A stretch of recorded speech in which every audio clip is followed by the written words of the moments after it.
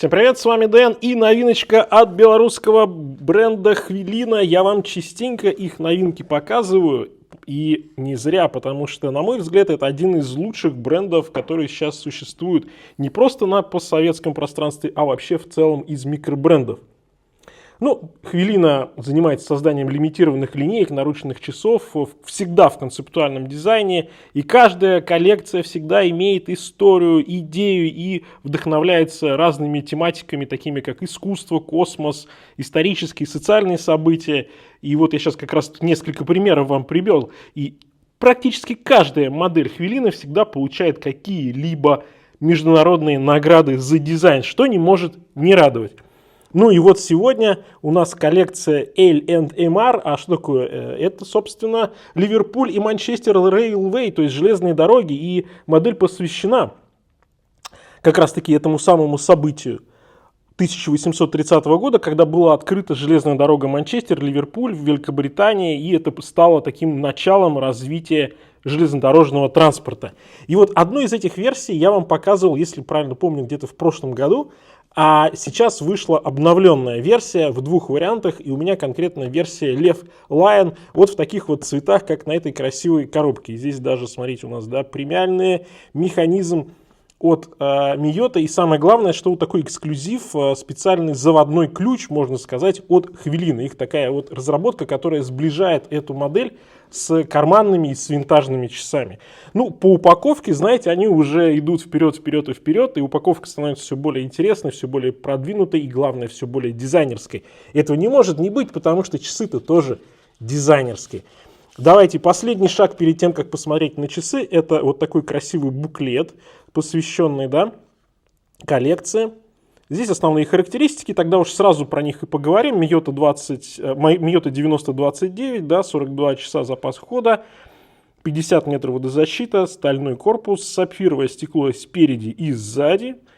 Вот тот самый ключ, ну по размерам потом немножко попозже пройдемся. Здесь как раз вот и про коллекцию, и как все собрать, и как все поставить время. Блин, вообще прикольно, конечно. Как это вот как люди заморачиваются. Мне всегда восхищает, когда не просто вот мы сделали какую-то часы, какую-то лимитку, а мы сделали продукт.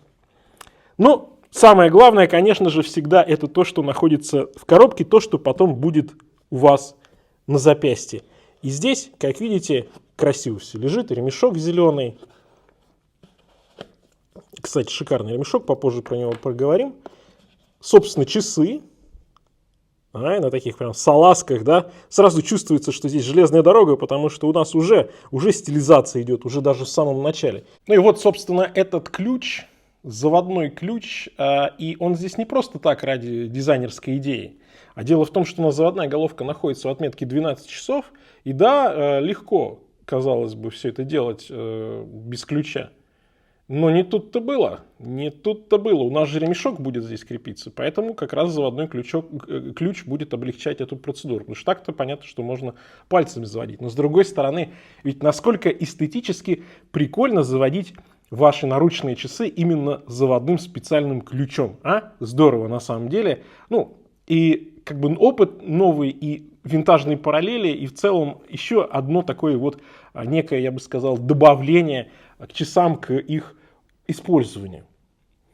А сзади, кстати, у нас очень красиво тоже сделано, мы про это, наверное, чуть позже поговорим, ротор Miyota, и как раз здесь на каждой версии свой поезд изображается на роторе. И отделочка красивая. Ну и задняя крышка прям просто прелесть. Еще и винты здесь, и уникальный номер. Вот у меня 0,88 и всего 300 штук каждого цвета. И вот здесь, мне кажется, даже вот когда еще ремешок не надет на корпус, то видно, что вот здесь ар-деко, потому что предыдущая версия, она была все-таки больше в стиле индастриал, он такой более лаконичный, что ли, был. А здесь такая больше роскошь 30-х годов, и по-другому немножко эта модель воспринимается, уже такой поезд, знаете ли, где такие дорогие вагоны, элитные, и вот особенно в зеленых цветах тоже прям так интересно. Зеленый с золотистым, конечно же, всегда про богатство, я бы сказал, и эта версия круто выглядит. Ну, реально, ар-деко, вот такие прямоугольные дизайнерские часы, и мне кажется, очень классно подходит к ним как раз-таки вот эта расцветка. Поэтому здесь передается сразу и вот с одной стороны как будто бы и индустриальный дух, да, вот во всех элементах, но с другой стороны вкупе с ар-деко, вот мне это воспринимается как, да, это поезд, но такой уже как бы дорогой поезд. Интересно, по-другому немножко. Ну и здесь уже гильюше появляется, уже и золотистые элементы, и вот эта накладная табличка. Остерегайтесь поездов. Класс. Но циферблат исполнен просто бомбически. Очень круто. Очень круто. Знаете, в этих часах, мне кажется, можно действительно снимать фильмы 30-х годов, и они будут прям в тему. Ну, а, кстати, предыдущая версия получила 4 международные награды на конкурсах дизайна, в том числе они победили немецкий German Design Award 2024 года. Не удивлюсь, что и эта модель что-нибудь заберет, потому что здесь уже, по сути дела, другие часы, они совершенно по-другому воспринимаются. Ну, давайте уже наденем ремешок и посмотрим, как эта модель будет с ремешком. Благо здесь система быстрой замены есть, поэтому можно ставить как фирменный ремешок, так и попробовать что-нибудь свое. Можно поэкспериментировать, что называется, с цветами. Но мне, конечно, кажется, что зеленый вот именно с базовым цветом очень круто будет. Очень круто будет. Хорошо, да. Нравится, что нет повторения цвета, когда цвет на циферблате на 100% соответствует цвету на ремне. Это немножко иногда смазывает эффект, визуализацию, да, часов. Вот в данном случае такого нет, и круто. Матовый, зеленый, он такой даже более темный, чем цвет циферблата. Здорово, круто. Ай, красиво с этим ремешком. Блин, вообще модель, конечно, потрясающая. На запястье необычно. На запястье они крупнее, чем они есть. На самом деле они даже больше под такой современный форм-фактор прямоугольных или там бочкообразных, что ли, часов. Но это из-за того, что здесь как раз рельсы у нас по краям корпуса. И поэтому часы достаточно такие крупные, но они элегантные, они эффектные. И они, конечно же, про то, чтобы поговорить, что у вас на запястье, что за бренд, чему посвящен и в чем элементы определенные элементы дизайна этой модели. И это, по-моему, здорово всегда. Ну, значит, из базового уже, раз уж про размеры, да, у нас получается здесь вот по рельсам 39,4, а сам корпус, ну, как бы тут все, конечно, сам корпус, но тем не менее, здесь 33,9. Высота 10,3, немного. Ремешочек какой здесь можно поставить? 20? Нет, 22. 22, отлично. И от ушка до ушка, от конца рельса до конца 49. Поэтому, как я говорил, они не самые маленькие. Здесь учитывайте размер вашего запястья. Но мне кажется, в данном случае оверсайз вполне себе будет окей, даже если у вас небольшое запястье.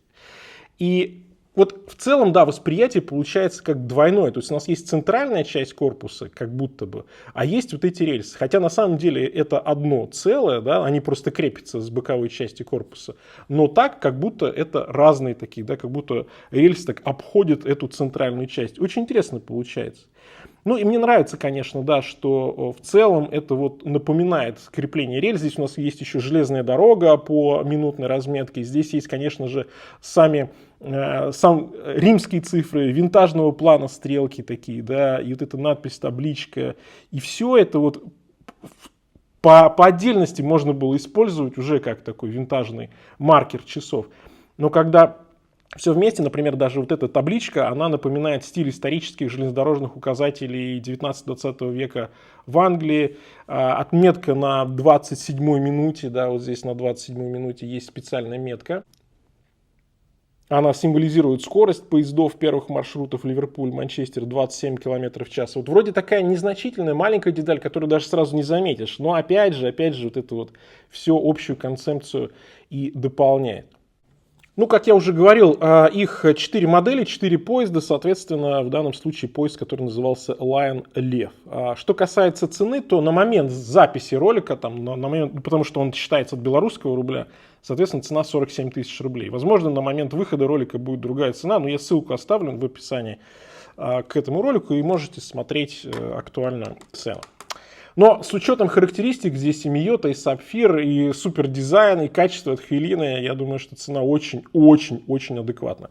Так, по весу у нас получается с ремешком 79 грамм, и в принципе, как для повседнева, так эти часы вполне себе подойдут. Правда, на мой взгляд, это ни в коем случае не повседневные часы, это именно дизайнерские, это часы под настроение, это часы выходные. и часы коллекционные, поэтому, конечно же, каждый день вы их не будете носить, и это далеко не первые и не вторые часы вашей коллекции, и даже, наверное, не первая хвилина, которая у вас есть, но именно как коллекционные, как вот арт-объект, да, как идея, как часы, которые иногда приятно куда-то надеть, особенно вот в этом сочетании золотистое с зеленым, мне кажется, это вау, да. Шикарно здесь все отполировано, грани, геометрия, все классно, зеркальная полировочка. Все для максимального такого ощущения дороговизны, люкса, да, старых поездов, старых купе, наверное, тех времен. Красиво под задней крышкой, есть на что посмотреть, и приятно обыгран ротор, да, то есть вот здесь в тему, что оставили открытую крышку, не сделали глухую, потому что, ну, прикольно. С поездом, да, классно. Здорово.